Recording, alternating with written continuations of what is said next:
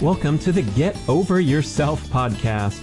This is author and athlete Brad Kearns discovering ways to be healthy, fit, and happy in hectic, high-stress modern life. So let's slow down and take a deep breath, take a cold plunge, and expertly balance that competitive intensity with an appreciation of the journey. That's the theme of the show. Here we go. The Get Over Yourself podcast is brought to you by Almost Heaven, beautiful compact home use sauna kits, ancestral supplements, grass-fed organ meats in a capsule, DNA Fit, genetic testing for custom diet and exercise recommendations, Integro Health, high-potency liquid probiotic called Flourish, Organifi, organic powdered superfoods, delicious green, gold, and red powders, Wild Idea Buffalo, sustainable, grass-fed, beyond organic, and check out the bradkearns.com/shop page. That's my personal selection of favorite products for health, fitness, and peak performance. And here we go with the show. When it comes to any high-quality light therapy device, distance is key. We're meant to wake up with the morning sunrise, and we're meant to sort of begin rest or begin to go to sleep with the sunset. And I would venture to say over 90% of people listening to this, they don't wake up to the sunrise and they don't go to bed at the sunset. When it comes to like the sun beginning to set and you still need light to illuminate your life, I would say one is pick up a pair of blue light blocking glasses. Those are really cheap. You can pick them up for $50.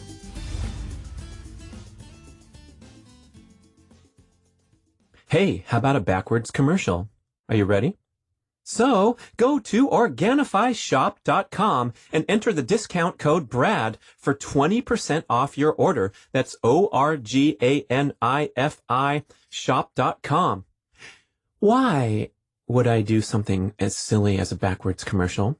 It's because I'm positive you have to try this stuff. Trust me, order some now. It's going to change your life. Organifi is an organic superfood supplement company. They're known for their greens. You take them when you travel, get all your nutrition. But I like their top secret Organifi Gold warm relaxation beverage. This is the single best tasting tea you will ever try in your life. So if you want something soothing, delicious, nutritious at the end of your busy, productive day, pour yourself a scoop of Organifi Gold. What's in there? Turmeric, the anti-inflammatory superstar, is the base. And then, listen to this, smooth coconut milk, cinnamon, ginger, lemon balm, and 2 super mushrooms. It's legit. It's delicious. Check it all out at OrganifiShop.com. And don't forget to put in B.rad for 20% off. Try Organifi Gold. If you're not totally satisfied, send it back to me, and I'll keep it. Hey, it's time to learn about photobiomodulation, also known as red light therapy, which has become an increasingly popular health practice in the biohacking ancestral health scene. However, it's been used for many, many years in the beauty salons with tremendous research and scientific support for the wonderful cellular repair benefits of exposing yourself therapeutically to the proper wavelengths of red light and near infrared light. So we're going to talk to an expert by the name of Scott Nelson, who's the founder of Joovv Red Light Therapy Company. That's Joovv, and their website is a wonderful resource because they're really focused on education. So you can go over there, learn a lot about the science, the rationale. Of course, they're selling products and all that great stuff. But what we want this show to be about is just the educational aspect of something that could really, really enhance your health, especially as it relates to recalibrating more closely with your natural circadian rhythm, the rising and the setting of the sun. So let's learn all about red light therapy with Scott Nelson, coming to you from the beautiful Southern California town of San Clemente. Here we go.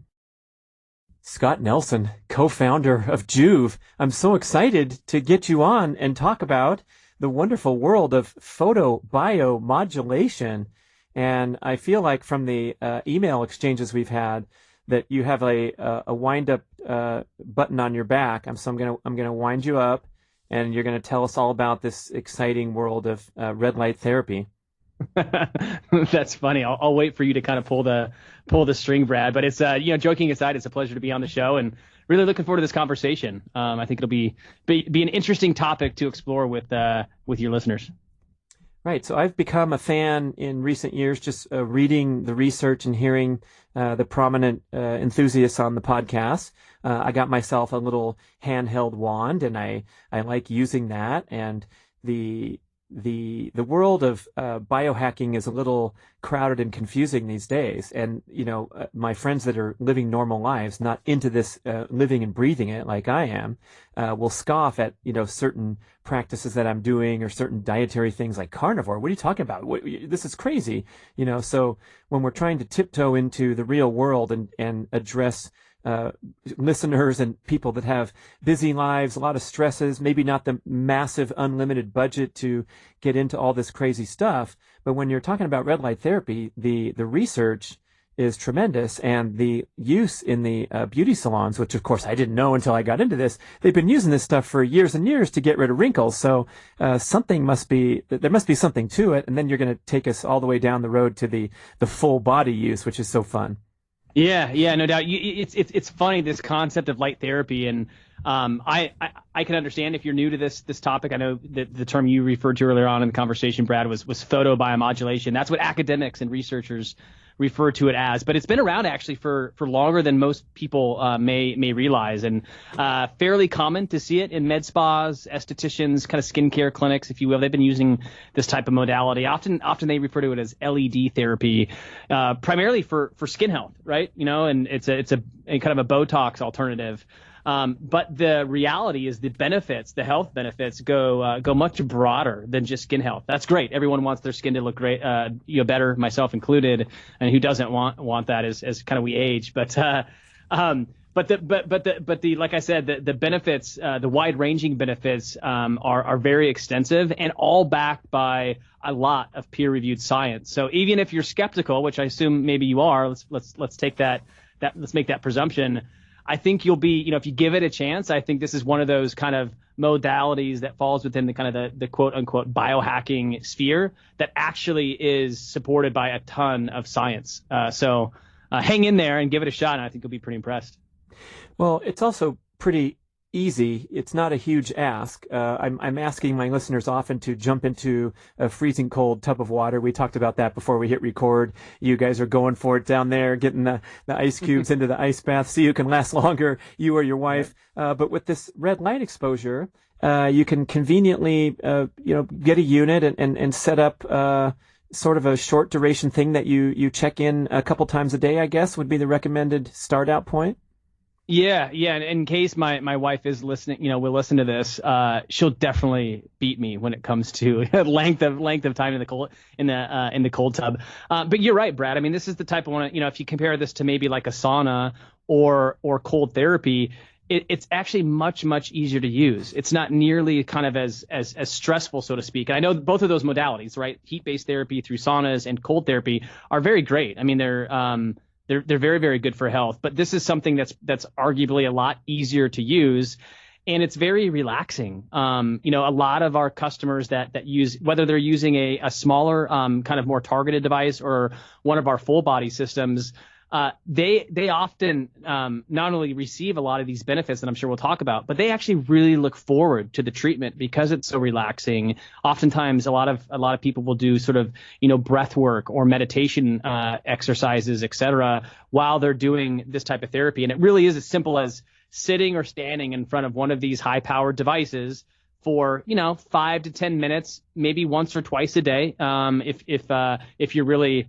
if you're really kind of looking to optimize your health. But it's very, very simple to use, extremely, non-invasive. And there's really you'd be hard pressed to find any downside or negative ramifications to using this type of therapy. So it's pretty rare. So there's lots and lots of upside and very, very, very little downside. Right. So I guess you don't have detractors out there saying this is no good. It's just all thumbs up with plenty of research supporting it, which is kind of a rare thing. I mean, even if we're talking about eating healthy, nutritious, grass-fed steak, I can get a guest on here to say, oh, that stuff will clog your pipes and kill you. So Right. with red light therapy, you're sort of smooth sailing. Yeah, it really is, and I don't want this to sound like some type of late night, QVC commercial where we're like, and you'll get this, order now. Brad. Wait, Yeah. yeah, exactly. I definitely don't want to come across in that sort of manner, but light therapy, red light therapy, it really is that. I mean, you're gonna be really it's gonna be really hard to find a detractor if you can find one at all. I mean, the only thing that you may want to be cognizant of is if you do it too much, there is a law of diminishing returns, just like anything else. But I would compare it to like water. Most people, it's really, really hard to drink too much water. I mean, I think you could probably get to that point eventually if you just are, extreme. But just like water, it's really, really hard to overuse, these light therapy or exposure to these healthy wavelengths of red and near infrared light. Oh, I thought you were going to stay with the infomercial theme and say if you use it too much, you'll have too much energy and you'll go out there, like the old athletic performance aids where they say, don't do it too much or you'll be too strong and you'll blah blah. But I thought maybe your audience would be up to those tactics, so I stayed away. Oh man. So the thing that interests me is, trying to recover from the many genetic offenses that we experience in modern life. And some of these stats that you cite, like 90% of our time is spent indoors in this, absorbing this blue light spectrum. And for listeners not familiar, blue light is the visible spectrum on the ultraviolet scale. So when we're talking about the white lights of a light bulb or the bright lights of any screen, whether it's a mobile screen, TV screen, computer screen, this all is categorized as blue light. Correct me if I'm wrong. And so we're kind of getting this unnatural exposure to artificial light, and getting yourself some red light therapy time can counteract that. And I think the sun counts here. So we're drifting all the way away from the infomercial, talking about getting sun exposure and then also finding ways to increase your exposure of that beneficial light source. Yeah, and that's a great intro, or maybe a great transition to talk a little bit more kind of about kind of the broader light picture, so to speak. And if you allow me to get on the soapbox for just a few minutes, one of our big kind of missions as a company is to help people understand the importance of light as part of the overall health equation. Everyone listening to this podcast is familiar with the fact that our bodies are going to respond physiologically or metabolize different macronutrients in various ways, right? Most of the time, for most people, the overwhelming majority of people eating whole foods, low glycemic foods, you're setting up yourself for success, by eating whole foods. If you eat something high glycemic, high in sugar, late at night, spike your insulin levels, of course your body responds in a negative way. That's not great. If you kind of take that food example, right, and apply it to and kind of think within that same context, and use it to understand light, a lot of those same parallels hold true. And what I mean by that is our bodies respond physiologically to different wavelengths of light. And you mentioned some of those wavelengths, bright white light, bright blue light, et Our bodies respond to those in a similar way to like how our bodies produce more vitamin D in response to sunlight. Everyone knows that. It's pretty it'd be hard to find someone that isn't aware of that kind of concept. But these different wavelengths of light are like different macronutrients and how our bodies respond to them. And we respond to them at different times of the day. And so if you kind of going back to your example of like, getting too much artificial light, the reality is like when we think about our modern lifestyles, we get way too much artificial light at nearly the wrong times of the day. Our bodies are meant to sort of, we're meant to wake up with the morning sunrise, and we're meant to sort of begin rest or begin to go to sleep with the sunset. And I would venture to say over 90% of people listening to this, they don't wake up to the sunrise and they don't go to bed at the sunset. It's they're in an office, in a commute, et cetera, during the daytime hours, with no sort of exposure to the healthy natural light. And then when they get home from work, and the sun is set, that's when the TVs come on, the mobile screen time increases, et cetera. Commute, you're on your laptop, maybe working late at night, et cetera. So you're exposed to all of this artificial bright light at night, which negatively disrupts. It does disrupt your circadian rhythm. And it tells your body that you need to be wide awake, when in reality, you need to really begin to prepare yourself for sleep when the sun is set. And so we're living in this world. I guess my point in trying to wrap up this conversation is our modern lifestyles don't lend themselves very well to exposure to healthy wavelengths of light, and healthy so, wavelengths at the healthy time. You got it. Yeah. Right. Yep. You got it. That's a great, I don't want to say caveat. It's equally as important, right? Is exposure to healthy wavelengths of light at the right times, as you pointed out. And so if you're kind of new to this concept, I think kind of starting kind of with those foundations, that hey, be more aware of kind of your light environment, and are you exposed to enough natural healthy light during the day? Are you exposed to too much bright white artificial light at night?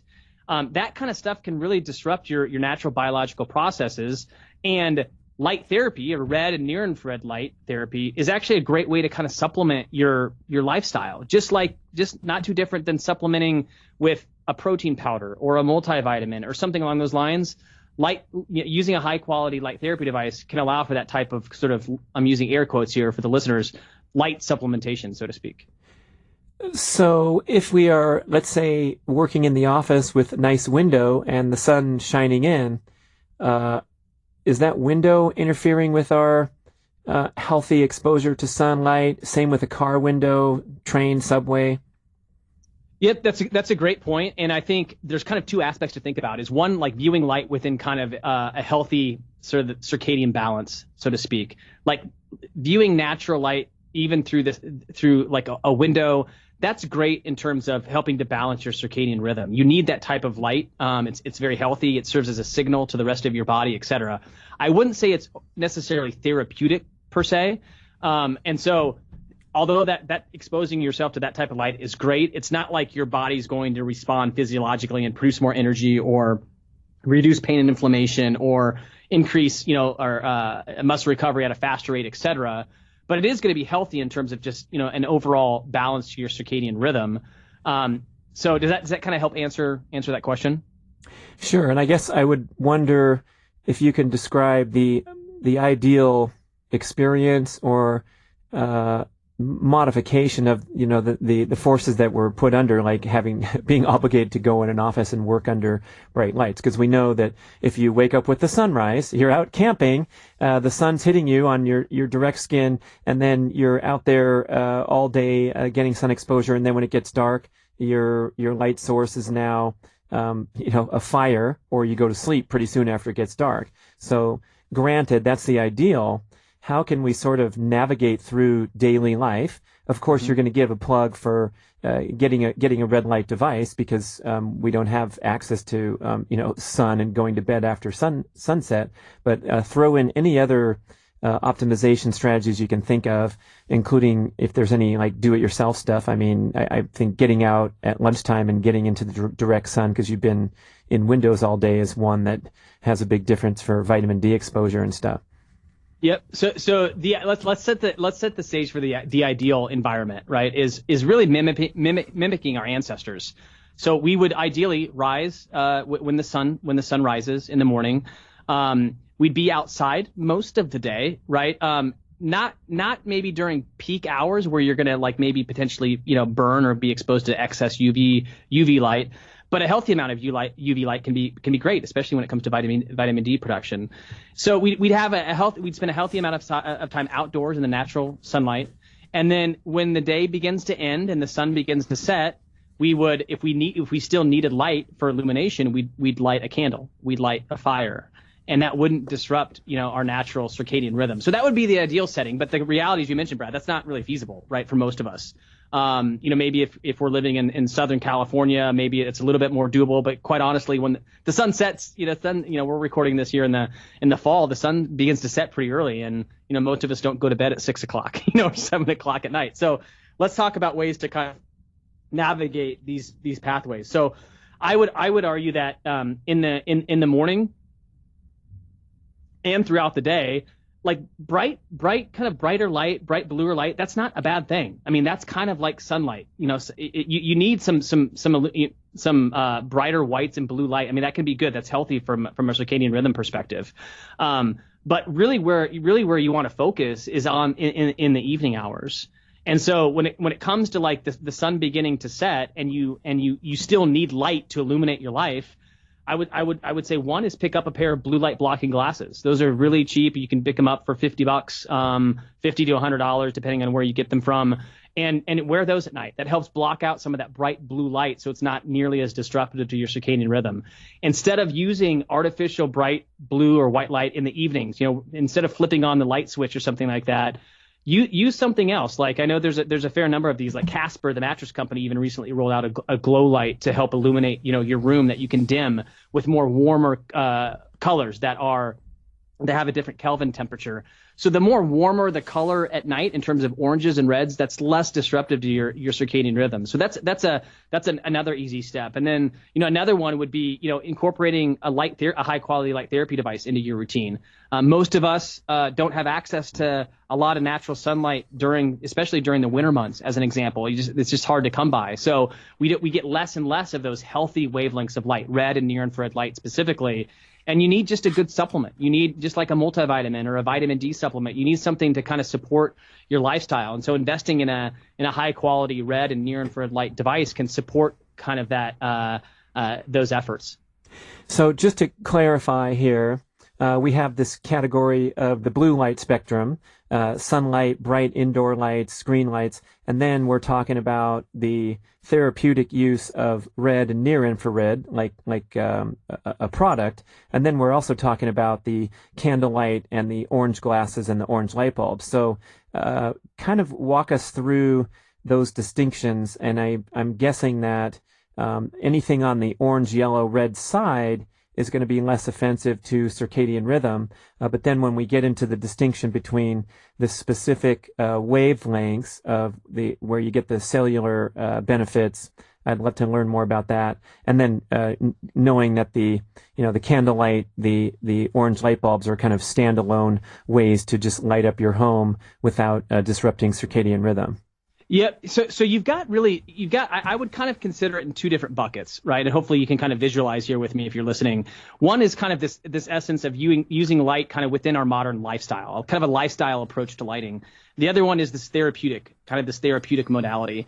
When we focus on the lifestyle or think about the lifestyle kind of bucket, so to speak, it's exactly what we just covered. Thinking about light within the context of your environment. So bright white, bright blue light in the mornings and during the day, that can be great. It's fine. It's not really disruptive to your circadian rhythm. In fact, you need it. It's a signal to the rest of your body that you should be awake. You should be alert. It's time to work. It's time to eat, etc.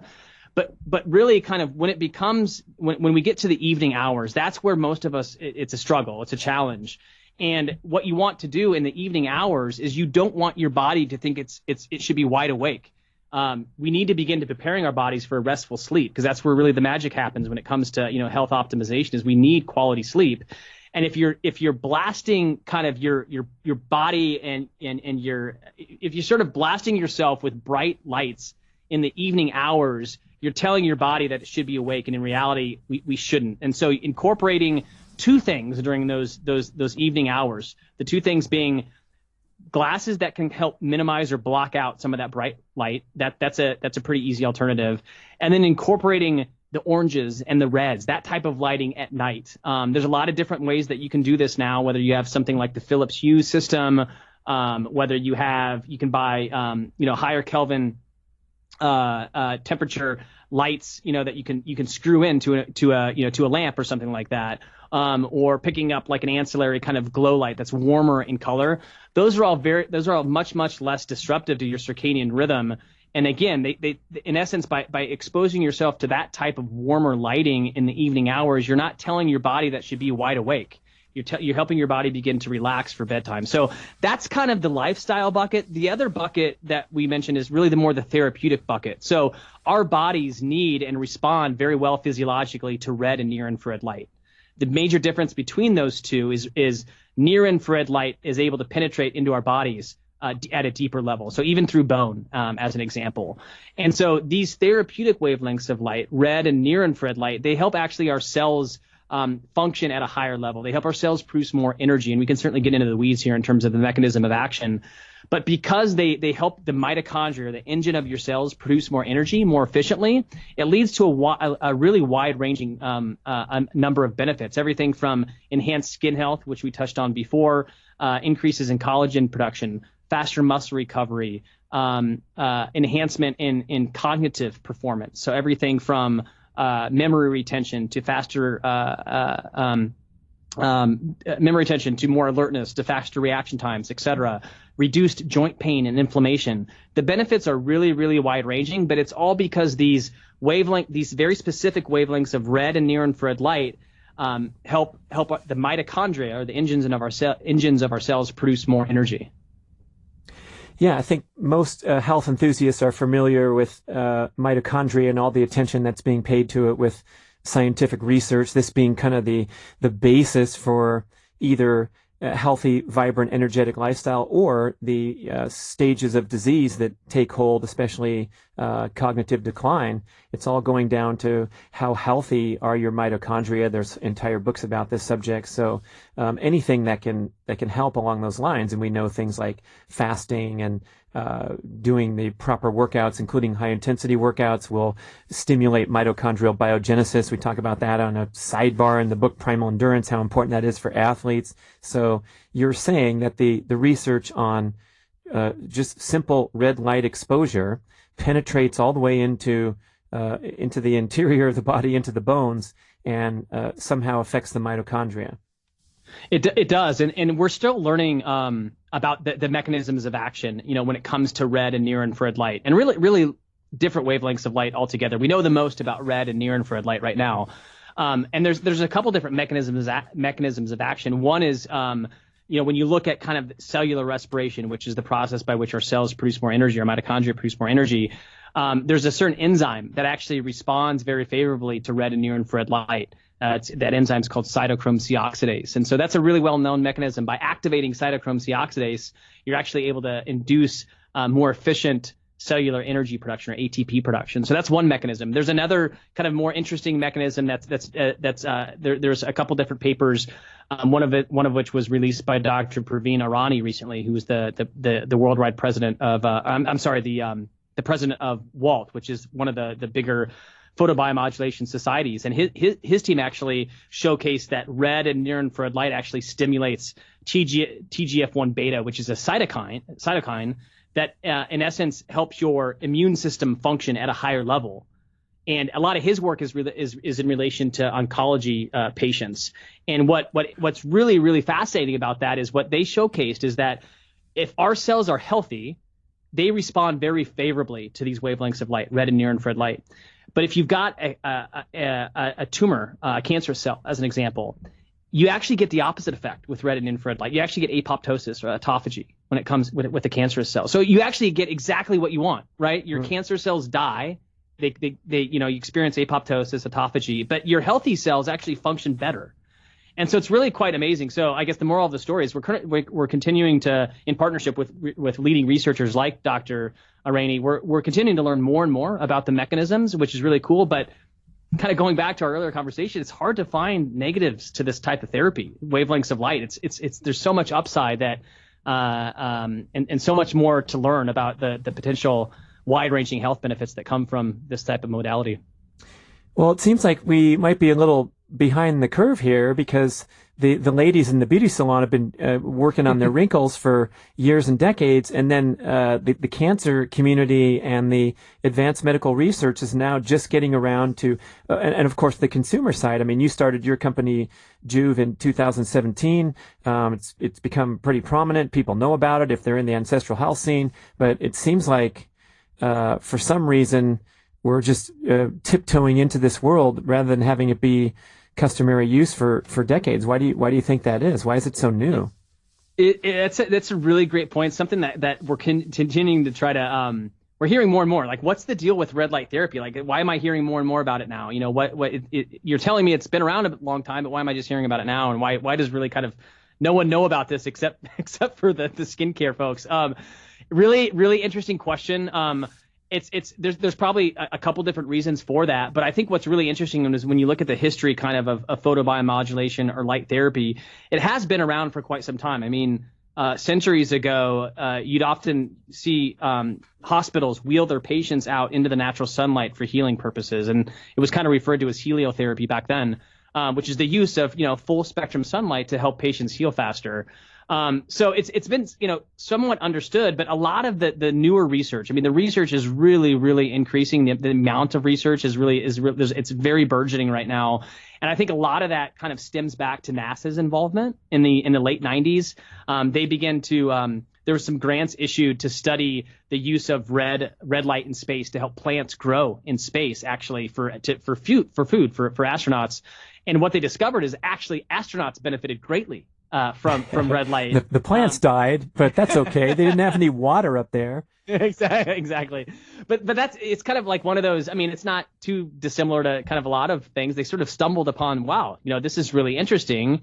Our astronauts are benefiting greatly from red light. Let's actually, I'm using air quotes again, but yeah, let's throw some money at this to study this more. And so that, in conjunction with advancements in LED technology, kind of spurred a lot of the research around light therapy for a lot of different purposes, right? Everything from skin health, which is pretty well understood, to hormone health, which we're learning more and more about, to cognitive benefits, reductions in TBI and CTE, so brain injuries, et cetera. So you have these like really, really interesting, health conditions, categories that we're continuing to learn more and more about. But it's across the board. It's almost 100% across the board. We're seeing that red and near infrared light benefits. We're seeing benefits from these wavelengths of light, regardless of the condition.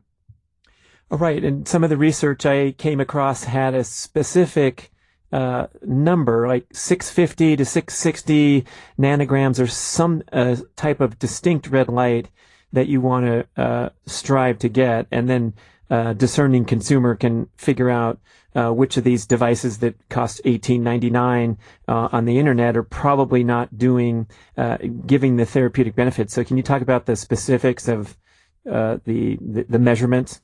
Yeah. I mean, I think with time, we'll continue to learn more and more about how different wavelengths of light can lead to certain health benefits. But by and large, almost all of the research around, with respect to photobiomodulation, concerns wavelengths of red and near infrared light between about 600 and 1,000 nanometers.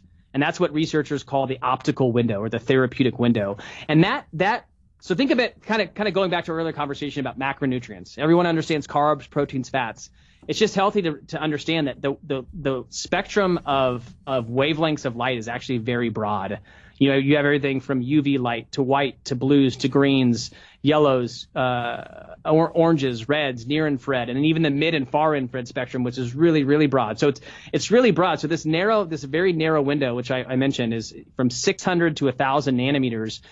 And when you actually look, you kind of drill into that a little bit further, most of the data suggests that visible red light between about 630 and 660 nanometers is the most beneficial. And then near infrared light, kind of in the low to 800 nanometer range. So those two very specific ranges, kind of in the low to mid 600 nanometer range, and then the low to mid 800 nanometer range, by far and away produces the most significant health benefits. And so if you're interested in kind of, going down this path of purchasing a light therapy device, really, really important to make sure the device actually produces those wavelengths of light and is supported by independent research. Because it's very easy for anyone to throw up a product on Amazon and, make a bold claim. But if it's not supported by any sort of independent lab data or independent diagnostic research, it's really hard to trust whether or not that device is actually producing the type of wavelengths that your body responds to in a healthy way.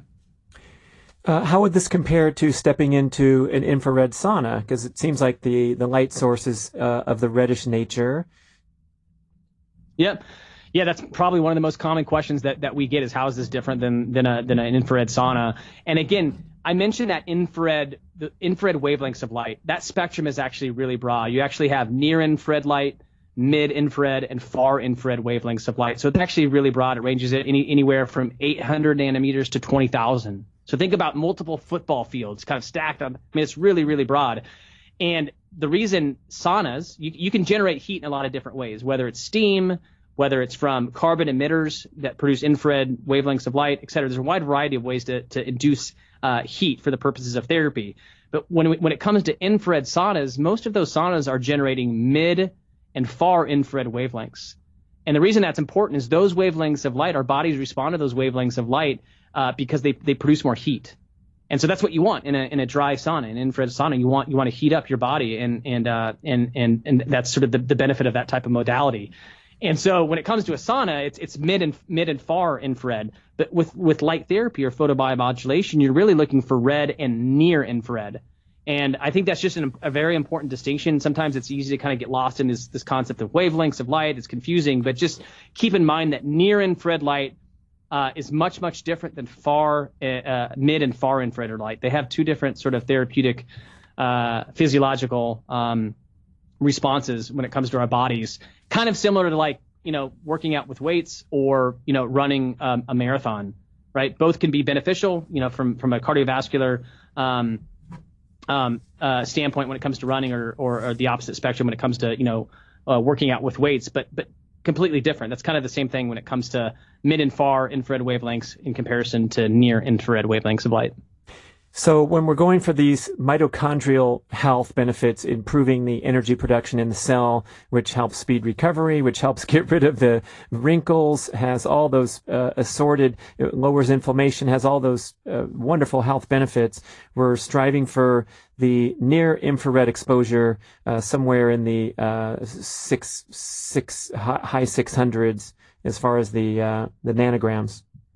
Yeah. You're really looking for visible red light in kind of the low to mid 600 nanometer range. So roughly our devices deliver 660 nanometer red light, and then near infrared in the kind of the mid 800 nanometer range. So, kind of 830 to about 850 nanometers. And those are really the two kind of narrow spectrums that you want to look for.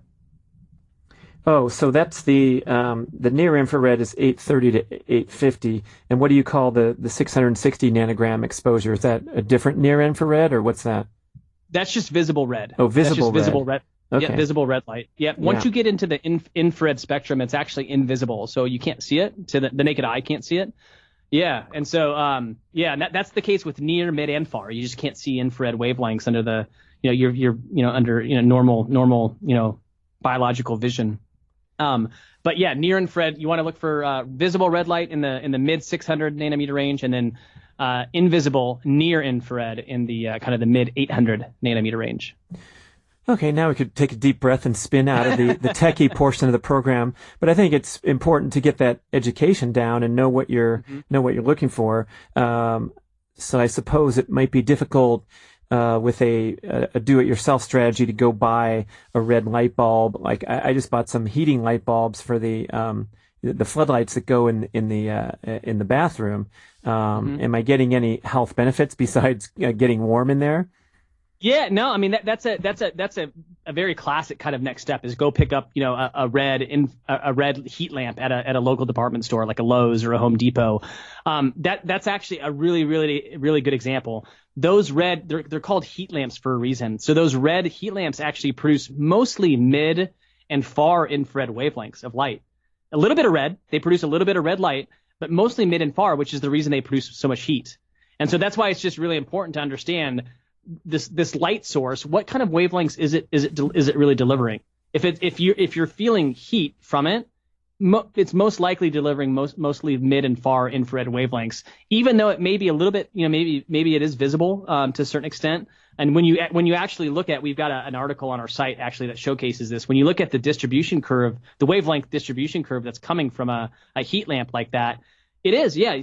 There's less than 20% or so of the wavelengths are actually falling in that therapeutic window that we referenced before. Most of them, 80+%, are actually kind of in that mid and far infrared wavelength. So could be decent for producing heat kind of benefits for heat therapy. But for the purposes of photobiomodulation, you're not really, you're not getting a whole lot of benefits there. Right. So if you're standing in front of the Joovv light, even the full body size, you're not experiencing this, you're not getting heated up. You're not touching a red hot light bulb or anything of that nature because it's a different spectrum. Yep, different spectrum of light, exactly. And you'll sense like near infrared wavelengths produce a little bit of heat. I mean, but when I say a little bit of heat, it kind of feels like a nice kind of warm, 70, 75 degree day in Southern California. That's the type of heat we're talking about. That's why there's a palm tree in the corner, that's the thing you drew on your own. I'm sorry. Okay. That's maybe the thing you're seeing, when you close your eyes and meditate in front of it. But yeah, no, that's kind of what it feels like. A little bit of heat, but certainly nothing like a heat lamp or an infrared sauna. So let's say we're convinced, we grab one, we put it up, hang it up on the wall or the door, and then what do? Ben Greenfield was describing how he's working at his stand-up desk with no clothes on. What are our choices? Yeah, no, that's it's interesting. We see, as you can imagine, we see a lot of people use our devices in various ways. But the most common way to use it is you want to be. I mean, when it comes to any high quality light therapy device, distance is key. Because and what I mean by that is you could, using the example of the door as as a foundational kind of visual representation of what we're talking about. If I'm 2 to 3 feet away from the device, the therapeutic energy really, really drops off. Even though it may seem like I've got all this red light shining on my body, surely I'm getting benefits from it. The joules of energy delivered to your body is dramatically lower in comparison to if you were actually close to the device. When I say close, I mean 3 to 6 inches or so from the device. The energy just really, and the reason that matters is because you want a clinically relevant dose of energy to hit your body. So your body needs to absorb a clinically relevant dose of energy. If you stand 2 to 3 feet away, as an example, it's going to take forever to reach that tipping point. You know what I mean? So yeah, in terms of use, it's pretty simple. I mean, our devices, you can use them in a wide variety of ways. Hang it from a door, mount it to a wall. We've got mobile stands, etc. But at the end of the day, it really comes down to standing or sitting about 6 inches away or so from the device for anywhere from 5 to 10 minutes per treatment area. So if you've got one of our biggest systems, which we call the Joovv Elite, it's 6 feet tall by about 3 feet wide. You're getting a full body treatment, in about 5 to 10 minutes. That's really all you need. If you're using something smaller like the Joovv Mini, which is, about the size of your laptop screen, well, that's kind of really meant more for targeted treatment. So you can get a good treatment for your face, but if you've got a sore hip or a sore knee or something, you're going to kind of need to position that device pretty close to that area. But again, kind of for the same amount of time, 5 to 10 minutes at about 6 inches away, and you'll get a good clinically relevant dose of energy. I'm also curious about ocular health. So, when I'm walking by the trade show floor and walking by the Joovv display, this light is pretty powerful. It's pretty intense, and you're wondering, a little bit. There's a little bit of sensitivity with your eyes, but it does have a benefit to your eyesight as well.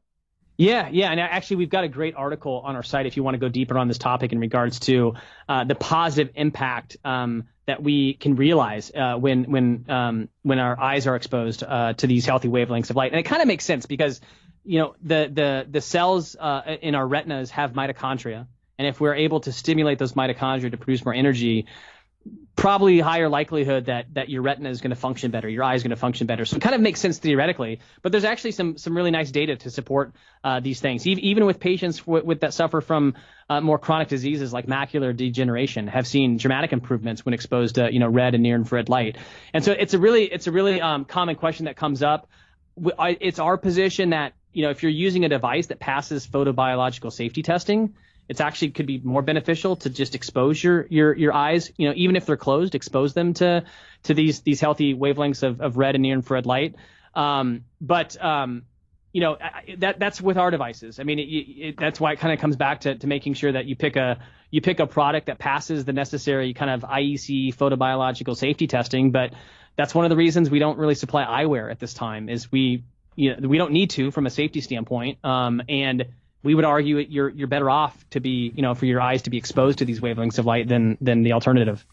So if you order a unit that comes with a free set of goggles or blindfold, you can kind of think twice. Yeah, I mean, you may want to kind of question it, but I think the most logical next question would be, well, like, why? You know what I mean? I mean, that's not to say that device hasn't passed safety testing. I don't want to speak for other companies or the products, but it is important to ask that question, because there's a lot of cheap alternatives that have not passed that type of safety testing, and who knows what you're dealing with there.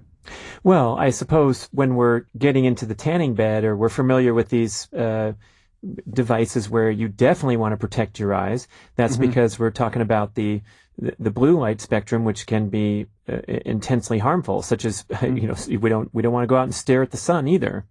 Right.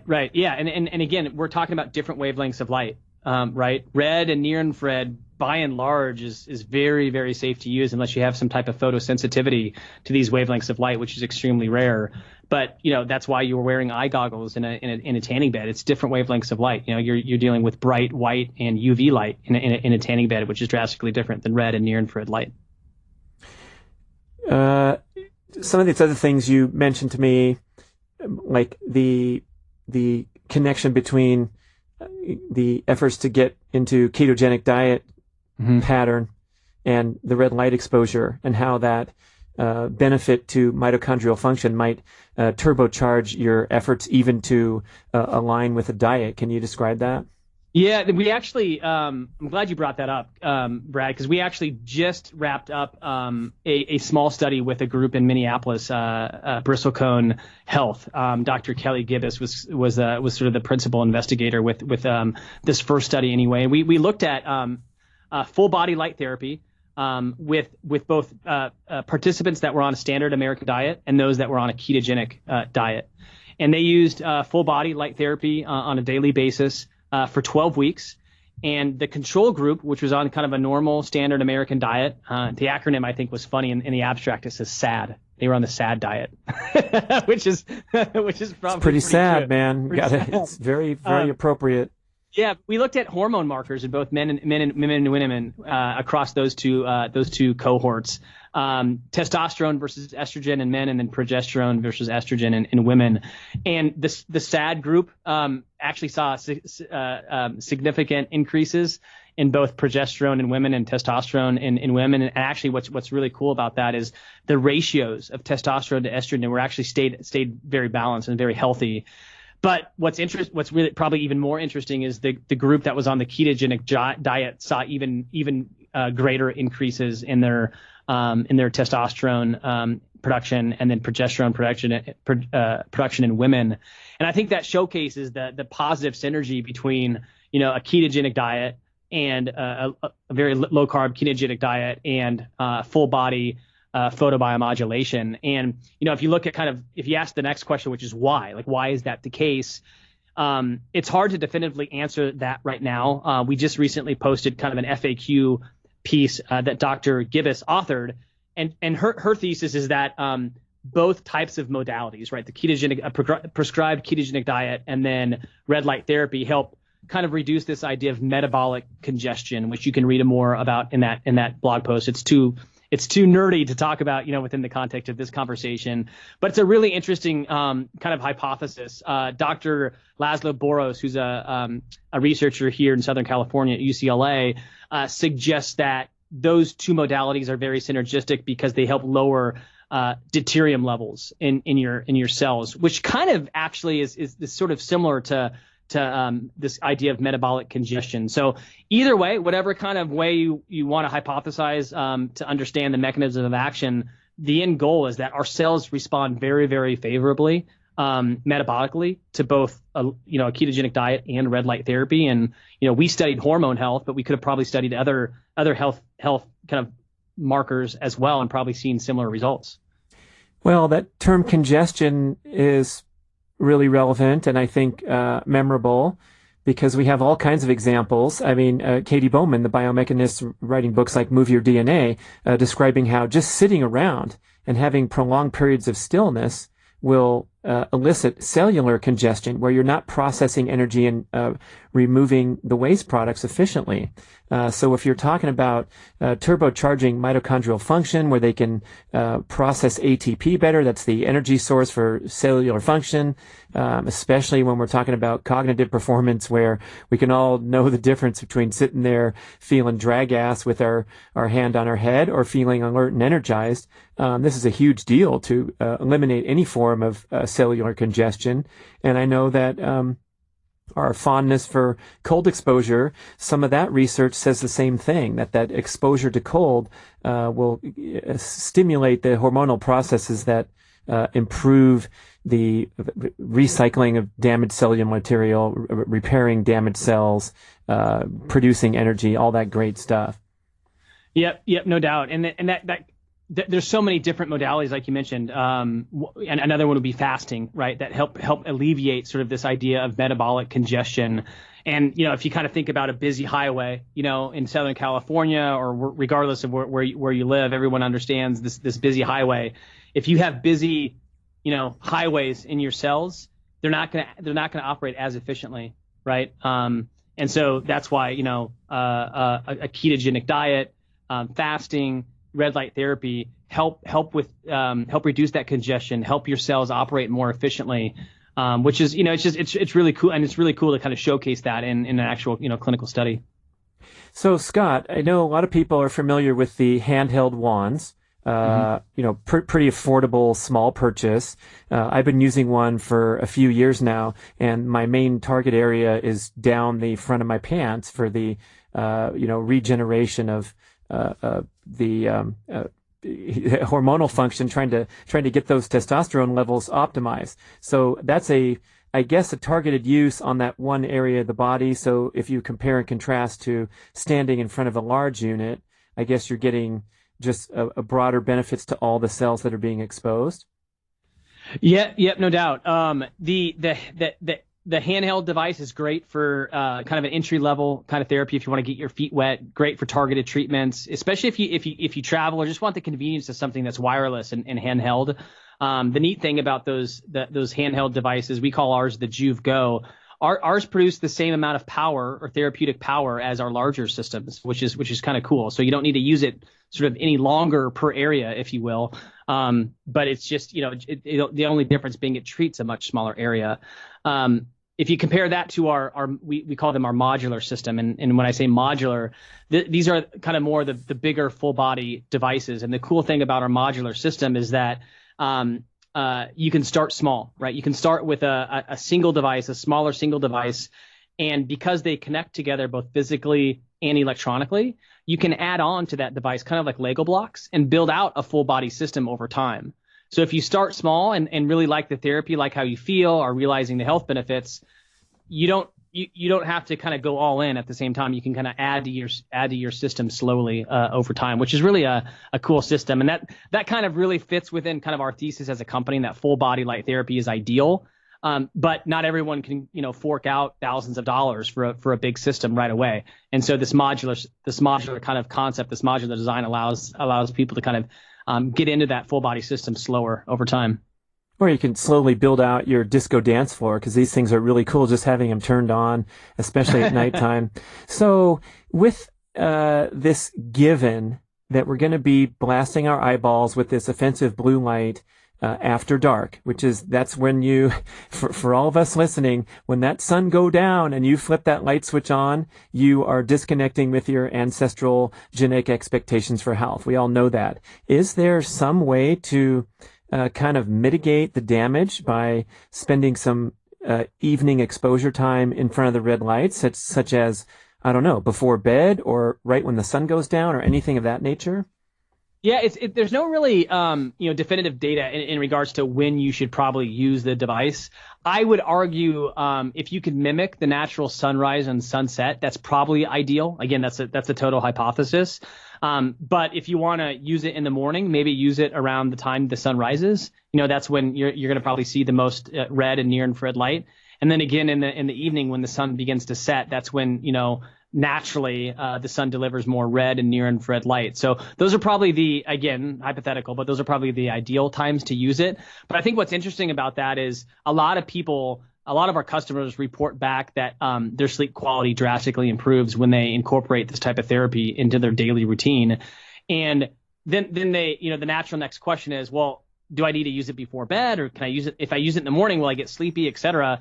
But the answer to that is it really doesn't matter, because it's early, but there's pretty compelling clinical evidence that these wavelengths of light help your body produce more natural melatonin, right? We all know that melatonin is great for sleep.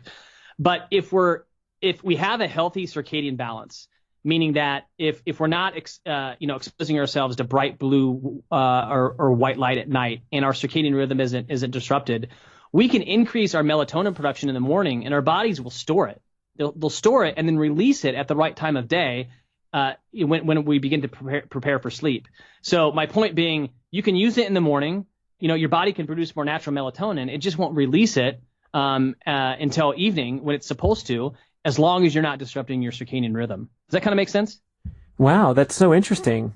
Yeah, what a great benefit. Yeah, and that's our bodies are pretty smart. Our bodies are pretty smart that way, as long as we're not exposed. As long as we're setting them ourselves up for success. Yeah, it goes along with the tons of sleep research suggesting that if you wake up and expose yourself to direct sunlight, your eyeballs directly to the sunlight, no sunglasses or barrier like a window, that is the first step toward getting a good night's sleep, because you're entraining your circadian rhythm and eliciting these hormonal processes, spiking serotonin and cortisol in the morning, and then setting yourself up for that melatonin release at sunset, 12 hours later. So good stuff. And a great strategy to use the machine, because, I can imagine jet lag or just having difficulty being on the schedule that you wish you were on. You can mimic sunrise and sunset with machine exposure, and therefore get yourself locked into the desired circadian rhythm, or fake circadian rhythm, you could call it. But still, your cells don't know any different. So that's very interesting.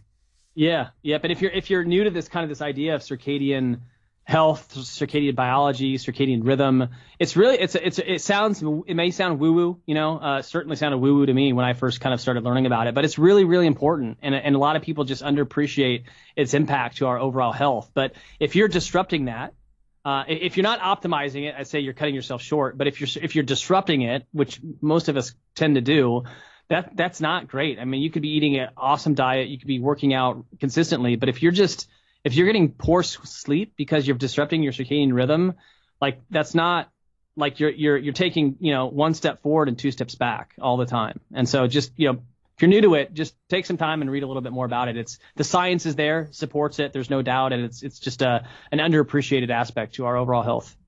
Yeah. You've done a great job on your website over there at Joovv, and just give us some more details how we can connect with you. I really appreciate this great education from Scott Nelson, co-founder of Joovv. You make myself sound too good, but if you want to learn more about this topic of light, we allocate a lot of our resources as a company to education. And so if you go to joovv.com, that's J, 2 O's, 2 V's, joovv.com. Head to the Learn section on our site, chock full of resourced and well-sourced educational articles on a wide variety of health topics as it pertains to light. If you want to kind of more stay high level and just learn what people are saying about our products, about light therapy in general, head on over to the reviews section. That's really kind of eye-opening, because you get an idea of what people are reporting on in their own words. And if you're on social, we're at Joovv Social on most channels, probably most active on Instagram. But you can find us on Twitter, YouTube, Facebook as well. All right. Great show. Thank you, Scott Nelson. Awesome. Thanks, Brad. I really appreciate you having me on. Thank you for listening to the show. We would love your feedback at getoveryourselfpodcast@gmail.com. And we would also love if you could leave a rating and a review on iTunes or wherever you listen to podcasts. I know it's a hassle. You have to go to desktop iTunes, click on the tab that says ratings and reviews, and then click to rate the show anywhere from 5 to 5 stars. And it really helps spread the word so more people can find the show and get over themselves because they need to. Thanks for doing it. Let's talk about probiotics from Integro Health. Do you want me to sing the messages? Nah. But probiotics are an extremely important concept. Hopefully you're all in on the values, the benefits of nourishing a healthy gut microbiome so you can flourish in life. And that's the name of Integro's product, Flourish, a unique, extremely potent, living liquid probiotic. Yes, it's liquid form. How is it different from other probiotics we usually see in pills? This is the message from Integro. Microbes continue to thrive and metabolize in their own milieu. Do you like when companies use the word milieu to describe their product? I do.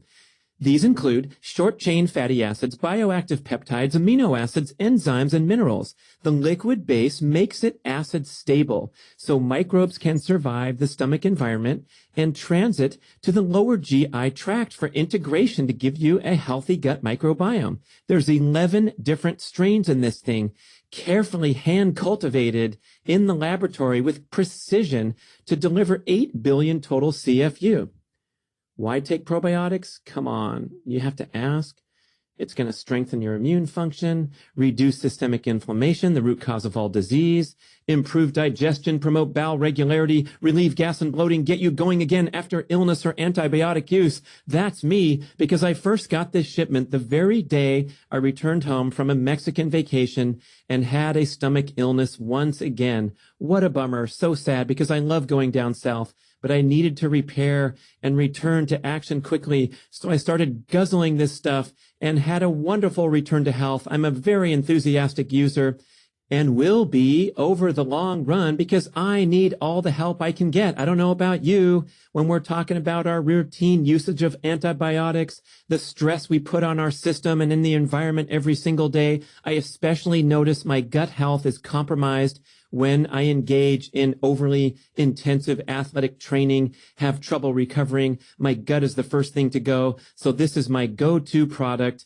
the Flourish probiotic in liquid form. Try it yourself. I love the delicious root beer float flavor. Just kidding, man. This stuff is no funny business. This is the real deal. It's very potent. It tastes fine. It goes down okay, but no root beer float flavor. Sorry. Take it. You'll love it. Go look at integrohealth.com for more information and to order shipped directly to your door in its unique liquid form. Flourish!